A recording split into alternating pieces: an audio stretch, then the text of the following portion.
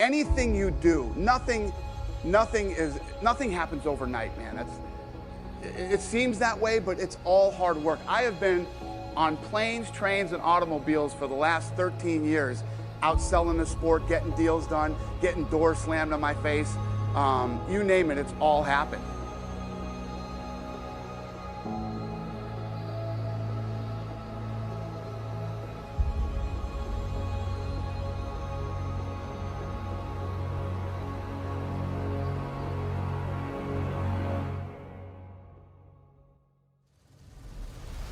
Right? You just decide what it's going to be, who you're going to be, how you're going to do it. Just decide. And then from that point, the universe is going to get out your way. It's like it's water. It wants to move and go around stuff, you know. So for me, I want to represent possibilities. I want to represent the idea that you really can make what you want.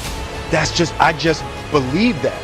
I believe that I can create whatever I want to create. If I can put my head on it right, study it, learn the patterns, and you know, it's hard to put into words, some real metaphysical, esoteric nonsense, but I feel very strongly that we are who we choose to be.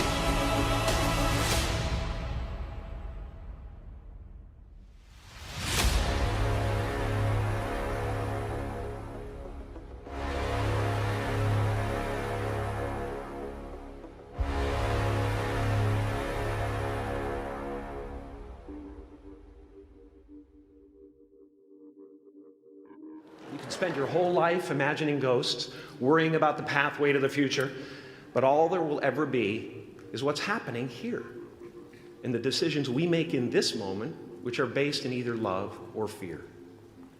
So many of us choose our path out of fear disguised as practicality.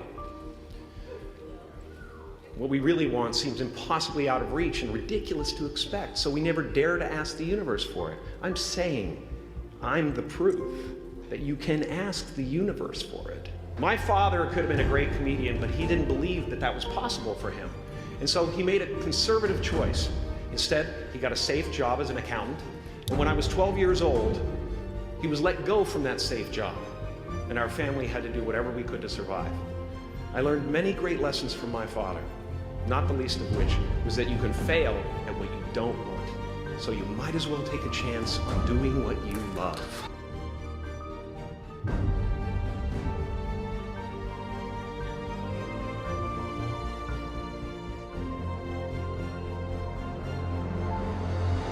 Take full responsibility for your life.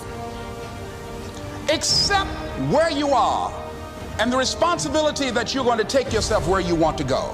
Someone said we have two primary choices in life. We can either accept conditions as they exist, or we can take the responsibility to change them. See, a lot of people want to exempt themselves from taking responsibility. All they want to do is talk about the problem. Every time you see them, they'll tell you their story over and over and over and over again. No. You want to take responsibility for your life. I got me here, I can get me out of this. And I'm getting out. I'm not going to be a volunteer victim.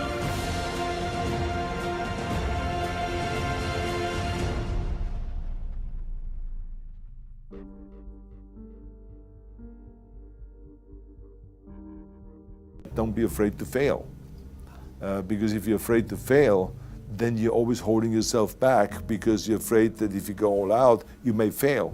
Well, in weightlifting, we learned that very quickly. The only way you could break a record is if you're willing to fail. That's when you put on more weight, you try it, sometimes you would not be able to lift it, which has happened to me many times, but eventually, when you train hard enough, you will lift it. So don't be afraid to fail. I mean, how far can you fall?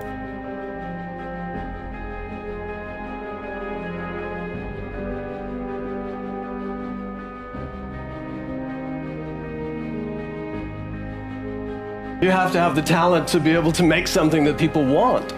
But then you also have to have the drive and the desire to, sometimes people are successful because maybe they don't have that drive, but they have someone around them who takes their raw talent and pushes them. But what you often see is when that other person steps away, their career can collapse, even though their talent may be immense.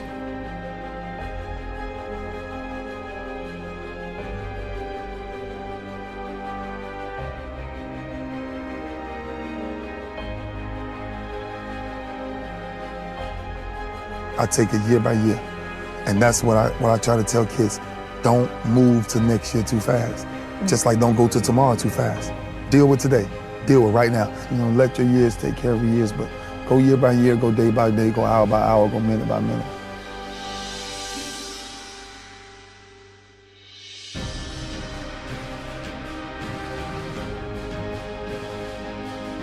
And I mean, personally, I always try to listen because maybe I'm not getting something. I always try and take everybody's, because it's important to listen to everyone, as many people as you can, and get their input. But then finally, you have to make your own decision about what you're going to do, and that's it. That's what you feel, and that's it. And that's the most important thing. I think the most important thing, because that's where the uniqueness comes in, because it's you. You've done it. It's your thing. It's not anybody else's. It's your choice.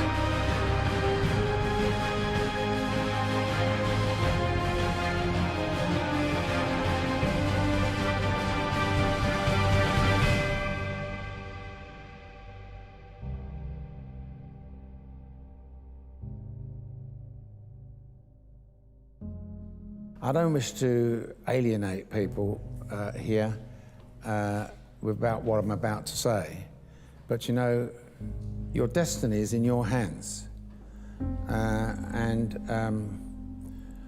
I succeeded because I had to. No one sorted anything out for me. I didn't ask to go to any government and said, pretty please, find me some work, please, and do something for me, because it was a waste of bloody time. Simply that, a waste of time. And if I was going to do something, I had to do it myself. That's it. And I would say to every one of you here, don't sit around relying upon magically some government going to create an environment that's going to make it easy for you to find work and find jobs. You've got to go out there and fight for it yourself. I'm sorry to say I can't give you any other form of advice. If you want something bad enough, you do it. And if you look at some of these wannabes that make themselves television stars or and pop stars and all that type of stuff, they have a desire to want to be famous, and they don't stop until they're recognized, and they do. And half the people that you see on television these days in the entertainment industry are those that had a determination that wanted to do it.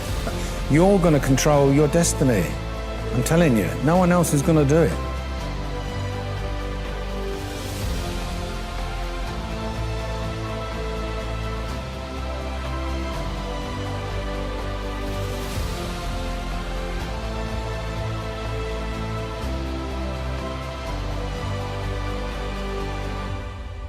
What I found out in life, as life goes on, life is about losing.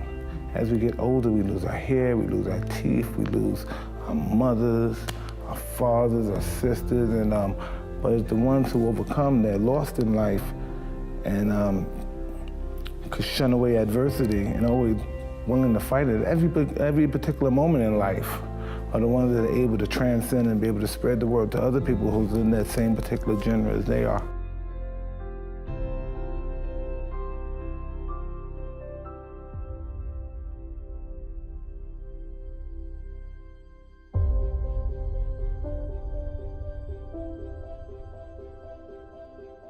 Set out these goals, and then you have long-term goals, and then you have short-term goals, and somewhere within, you know, you find your hobbies, and then you find the things that you are interested in, which are two separate things, because what your hobbies are, what you naturally and readily go to, and what you're interested in are the things that you don't mind studying a little more and researching a little more than you would anything else. And somewhere at the 50-yard line is what you should be doing with your life. I was lucky enough to stumble across that. I look at every opportunity as something that cements the next block in your sidewalk. And it's just important to, like, you know, don't look over your shoulder every 5 minutes. If anything, just continue to stand on your tippy toes to see how far you can see and what's in the horizon.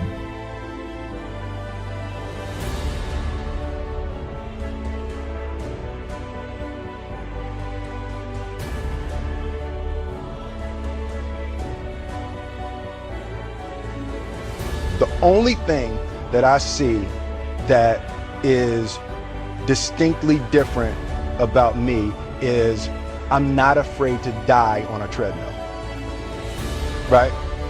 I will run. You would not be outworked. I will not be outworked, right? Period.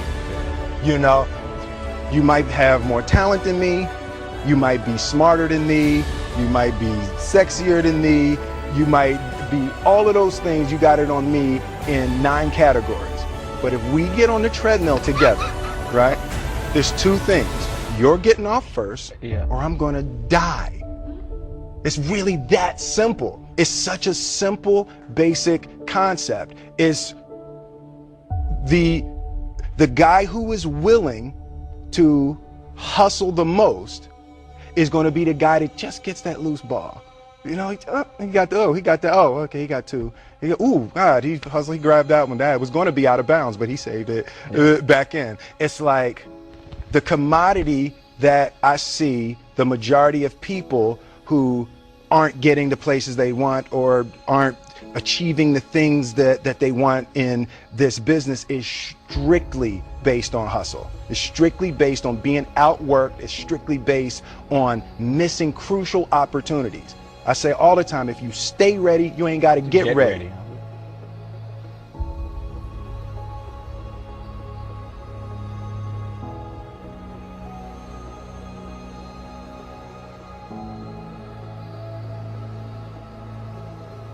I say if you have a passion for business, you also better have a knowledge for it. And so if people want to own a business, they better have worked for somebody else for a while, and they better have an intrinsic knowledge of that industry. And so it would be like me getting into, you know, the barber business and I never went to learn how to cut hair. I should have a knowledge. If I don't have the knowledge, then I better have a partner, or I better have a manager or a leader in place who's vested in the business, who does have a knowledge. And so 3 guys want to open up a restaurant because they think it's cool to open up a restaurant, but none of them know how to cook or wait tables. They shouldn't be in that business.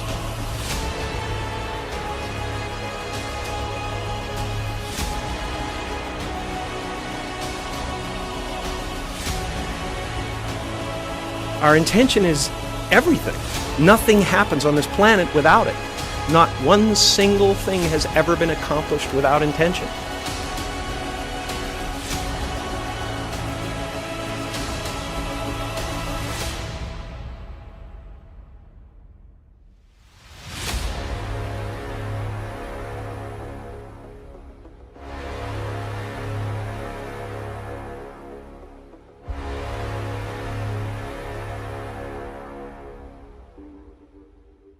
I go at business as hard as I went at the game. You know, I study businesses and I study people as much as I studied people trying to figure out plays, you know? So it's kind of something I told the kids yesterday, you know, when you see transition really start to happen, when you really want to transition into something, master it. There's no limits. You know, don't let the world ever put limits on you. You can do anything you want to do, but make sure if you have a vision, make sure the vision is written. You know, make sure you have something to actually chase and not just hoping and wishing and all these different things. So I tell guys this all the time, put your plan together and then work the plan. Don't work somebody else's plan. You have to create your own brand yourself. And your brand is whatever you feel like doing, whatever your heart is passionate about, chase it.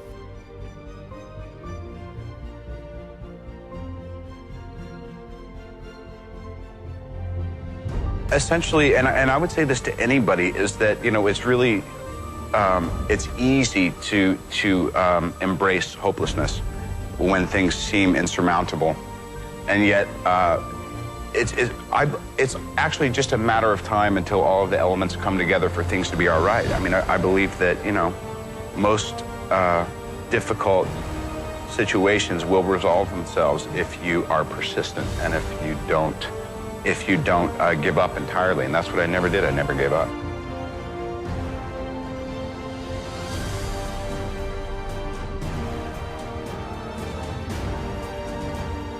We didn't grow up with the sense that where we were was where we were going to be. You know, we grew up with the sense that where we were almost didn't matter because we were becoming right. Something greater.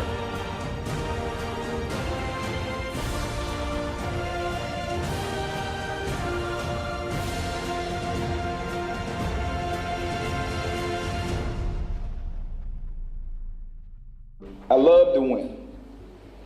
And people that love to win, they're going to be successful. But it's okay losing sometimes. You might not win all the time. Because you always say tomorrow. I lost today, but tomorrow I'm going to make up for it. So be prepared to take losses in business. Be an entrepreneur. So that's the thing about it. But that one win, take away all the pain. If you're an entrepreneur and you own your own business and you run your business.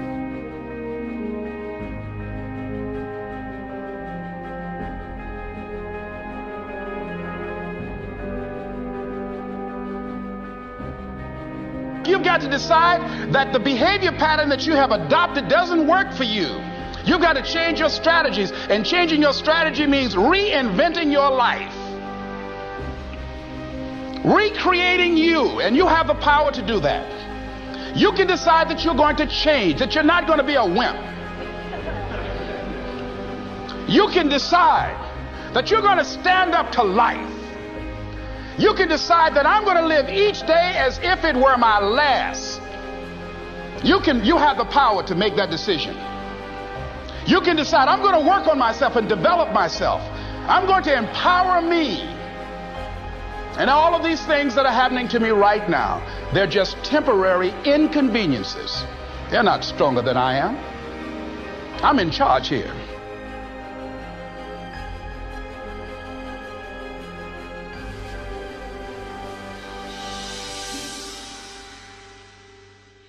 You have to be what you're going to be. You have to fulfill your destiny.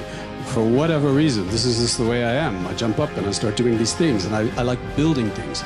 And as a kid, I liked building things. And what I'm building now is a brand. It's a, but it is still building, and it is a compulsion. I cannot help it. It is what I do. And I've realized over time that it's also what makes me happy. That if I can't do it, I don't feel fulfilled. So it's a compulsion.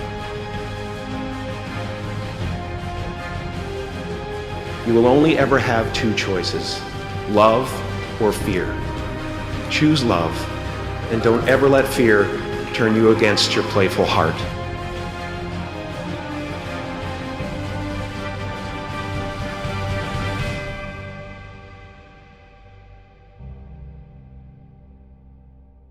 First-time entrepreneurs tend to miscalculate is everything. What I mean by that is optimism has a place, but I think even more so for the first-time entrepreneur, you need to be pragmatically pessimistic. What I mean by that is you need to define all of the worst-case scenarios in terms of financial loss, time loss, etc. Look at what you will learn if that happens and accept and come to terms with that before you ever start. If you don't do that and you go straight into battling the world, trying to conquer the world with rose-colored glasses on, the first time you hit a major hiccup, you're going to become really demoralized and you will quit.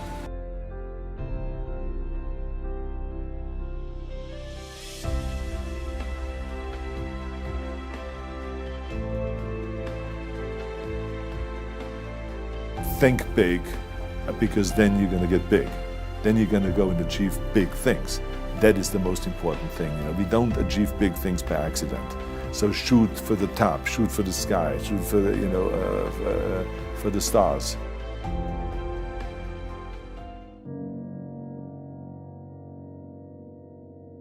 You say to yourself every day, it's possible. You say that every day to yourself, it's possible. Because what does that do? See, it begins to change your belief system. See, the way in which we operate, ladies and gentlemen, it's a manifestation of what we believe what's possible for us. Whatever you've done up to this point, all that it really is a duplication, it's a reproduction of what you believe subconsciously that you deserve and what's possible for your life. Before April 1954, the common belief, the universal belief, because it had been tried again and again and again and people had failed, the belief was that man was not physically capable of breaking the 4-minute barrier, that he could not run a mile in less than 4 minutes. That was the belief on the planet. It had never been done. But here's what happened, ladies and gentlemen. Roger Bannister came along, and he broke the 4-minute barrier. Now here's what's significant about that. Since that time, up to this day, over 20,000 people have done it, including high school kids. What changed? 20,000 people, what changed? Here's what happened when they got on the track. They knew it had been done.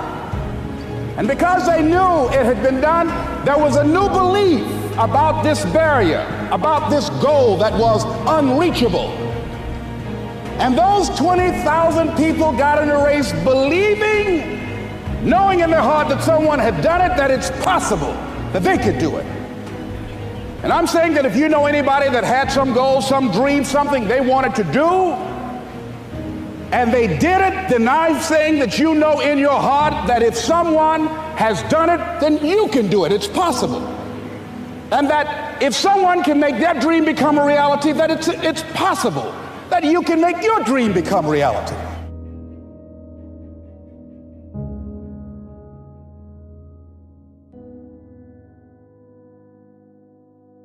You must fail 100 times to succeed once. That's part of it. No one succeeds the first time. It's learning how to not get disappointed with failure, to understand failure. You only learn when you fail. You don't learn when you succeed.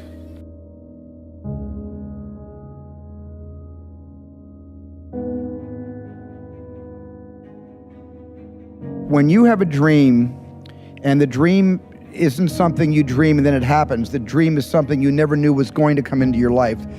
Dreams always come from behind you, not right between your eyes. It sneaks up on you.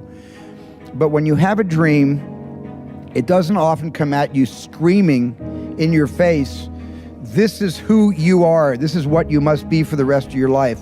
Sometimes a dream almost whispers. And I've always said to my kids, the hardest thing to listen to, your instincts, your human personal intuition, always whispers, it never shouts.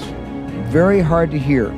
So you have to, every day of your lives, be ready to hear what whispers in your ear. It very rarely shouts.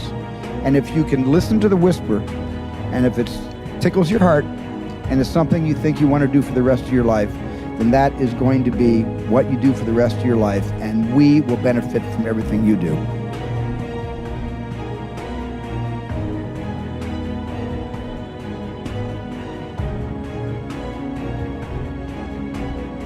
You should seek failures. See, if you're playing it safe, you're not going to win. If you're playing it safe, like that old saying, you know, you were taught when you're a little girl, better to be safe than sorry. Well, that's a bunch of crap. It's not better to be safe than sorry. It's by trying things that you figure out how far you can go. You got to get outside the box. Like it's reported, Edison tried 3,000 ways before he built the incandescent light. He said he didn't fail 3,000 times. He said there was 3,000 different steps to building a light bulb. Well, there's different steps to get to where you're going. And I really do treat winning and losing exactly the same. I do not let it upset me.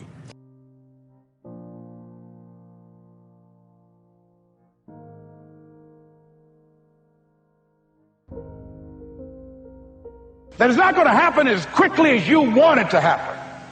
A lot of things are going to happen that will catch you off guard. And so therefore you've got to deal with and handle it as it comes. And not only that, but that faith and patience drives you into action. You got to keep moving and keep plugging away. In the Far East, they have something that's called the Chinese bamboo tree. The Chinese bamboo tree takes 5 years to grow. And when they go through a process of growing it, they have to water and fertilize the ground where it is every day.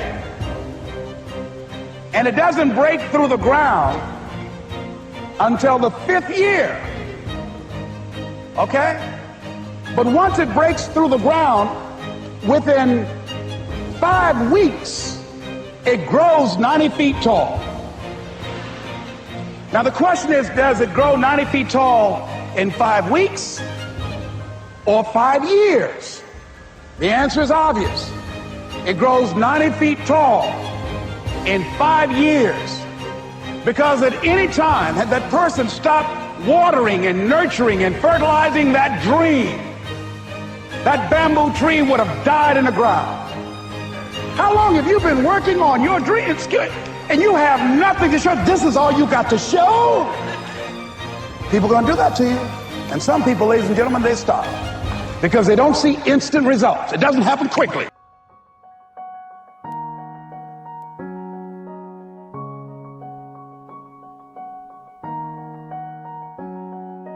Go to the experts for advice. Don't ask the person next door, your mother, father, brother, or the guy that works beside you, because they don't necessarily know. There's no point in asking a person how to earn a lot of money if they're only earning $10,000 a year. They don't know. If they knew, they'd probably be earning a lot. It's like, don't go to a sick doctor if you want to get healthy. Okay. So you find someone that you can go to for advice. Get a real good book and lock into that book and start to study it.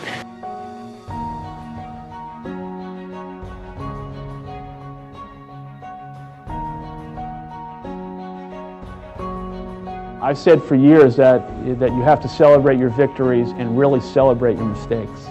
And what I mean by that is that you have to learn from the mistakes that you make, and you've got to create an environment where people are not afraid to take a risk and not afraid to do things that are beyond what the expectations are. At the same time, you've got to set up a framework for how those things are managed and judged and evaluated.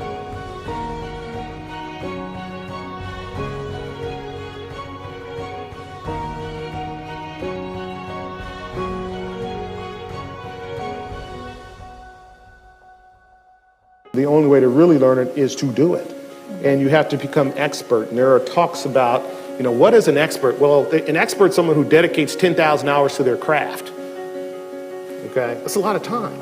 Not over 20 years, but in as compressed a period of time as possible. The advantage of going to these investment banks is in a heady environment, that happens, in 100-hour work weeks. Right? Mm-hmm. And while all your friends who you graduate college with are going out on Friday night and Saturday night, guess what? You're working. And on Saturday, you're working, and on Saturday, you are working. Mm-hmm. But that's how you build, that fabric, and to be an expert at your craft. You cannot do this business well if you are not an expert at your craft.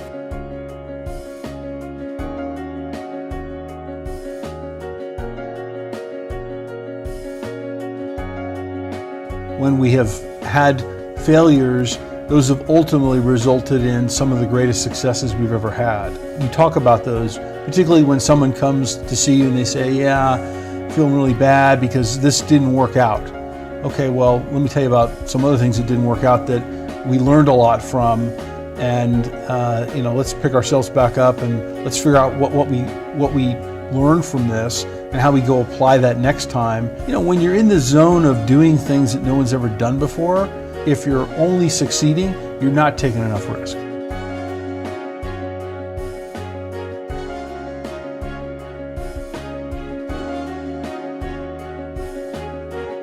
One of the things I learned was ask the impossible and really dream big. What you learn about people is if you paint a very broad vision, you attract people who really want to make it happen, because they're dreamers too. So you can inspire people, and with that inspiration, you get the smartest people, and they deal with a lot of stuff.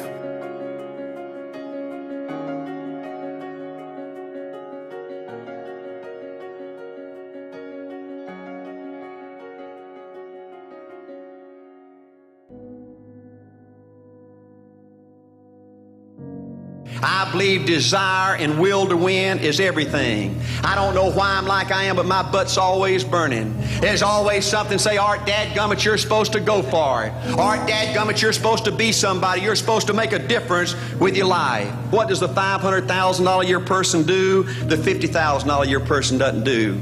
You look at the outside and study those two individuals, everything seems to be the same.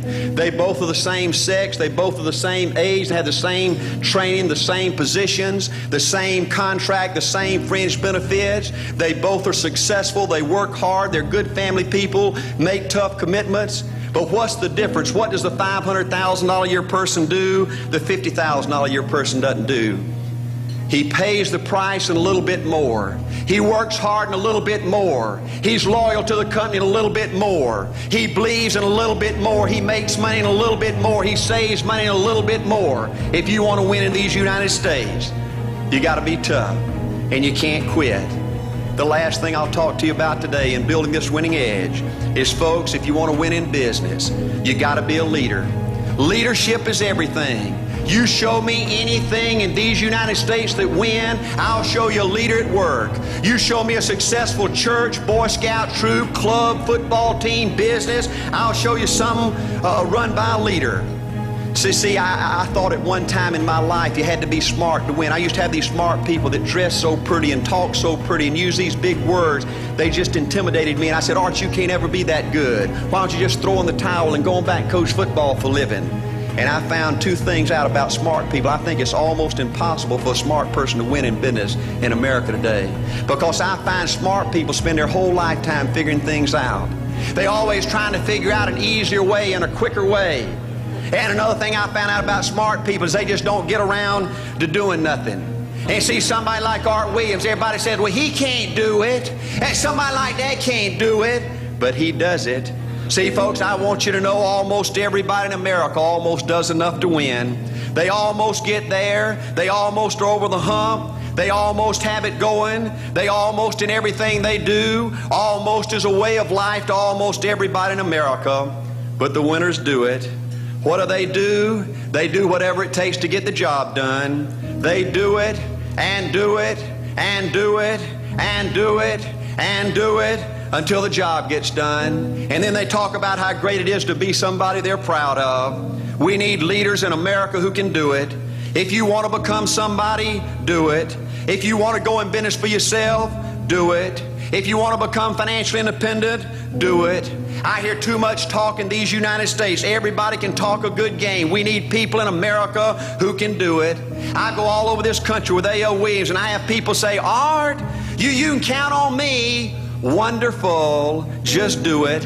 Art, I guarantee you this is my last stop. I'm going to win now. Super duper. Just do it. Art, if I could just have one good month and get the ball going, I know I could make it big. Super. Just do it. Art, if I could just pay off this debt, I could really go. Great. Just do it. Art, if I could just sell my house. Do it. But houses ain't selling. Do it anyway. Art, I'm not making any money. What can I do? You just do it. Do what, Art? You do it and do it and do it. Art, I guarantee I'm gonna win this contest. Super duper. Just do it. Art, I'm over the hump now. Watch my smoke. Great. Just do it. Art, I want to make it so bad I can taste it. What I do? You just do it. Art, I'm a vice president now. Can I quit doing it? No. Art, I don't know if I can keep on keeping on. I'm really hurting. What I do? You just do it. Do what, Art? You do it and do it and do it. Art, all my life I wanted to be somebody important.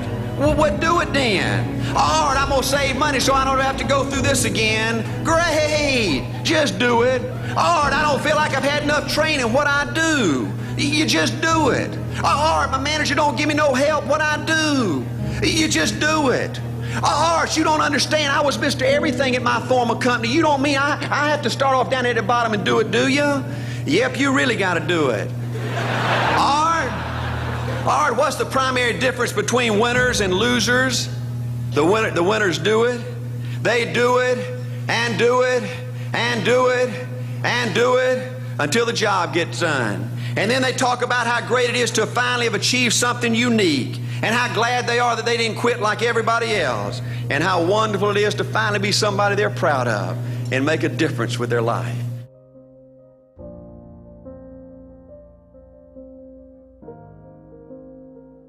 When you look at the accomplishments of accomplished people, and you say, boy, that must have been really hard. You know, when you look at something that looks hard, that was probably easy. And conversely, when you look at something that looks easy, that was probably hard.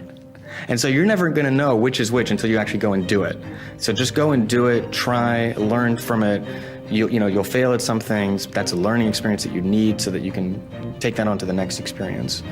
And don't let people who you may respect and who you believe know what they're talking about, don't let them tell you it can't be done. Because often they will tell you it can't be done, and it's just because they don't have the courage to try it.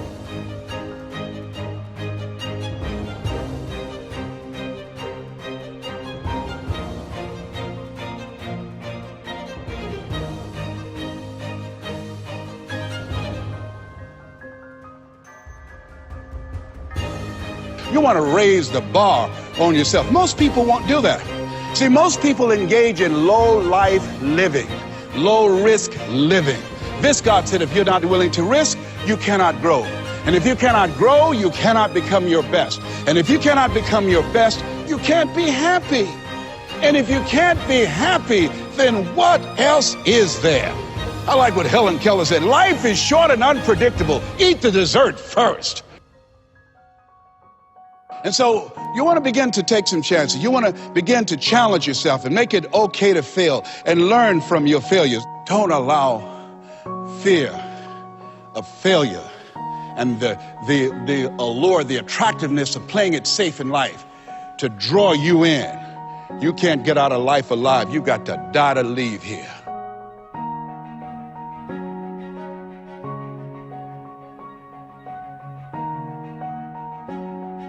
Work very, very, very hard to figure out what the world's going to look like in 5 years. What will people be doing? What will your customers want? Where will costs will be? In our case, what will networks look like? How important will phones be? What will the apps look like? What services? And spend an awful lot of time on that. And then take a look at your offerings.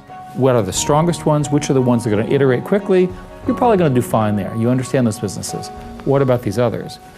If you think about in the media business, there are media businesses that are growing very well and others that are in great trouble. This is completely predicted 5 years ago, right? So the leaders in the ones that are in trouble should have, right, done a 5-year plan and said, holy cow, what are we going to do? What are the things we do? Or maybe we sell ourselves or we try something different. But almost all of these strategic shifts are predictable using my 5-year model.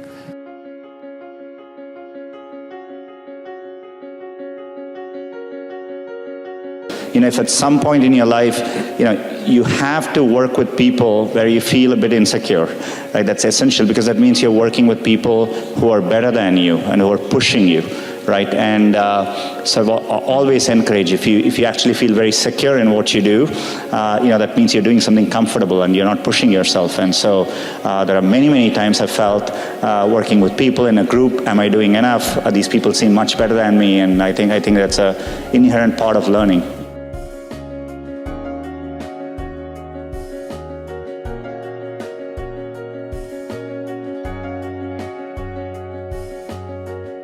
There's no point in us going into something unless we can really shake up an industry, make a major difference, unless it's going to enhance the Virgin brand. If there's any danger of it damaging the brand in any way, even if it's going to make us a lot of money, cigarette companies or something like that, we wouldn't do it. And because life's short, we want to enjoy the experience. So, I mean, we're not, I've never. Very rarely have I actually sat down and thought, can we make a lot of money by going into this industry?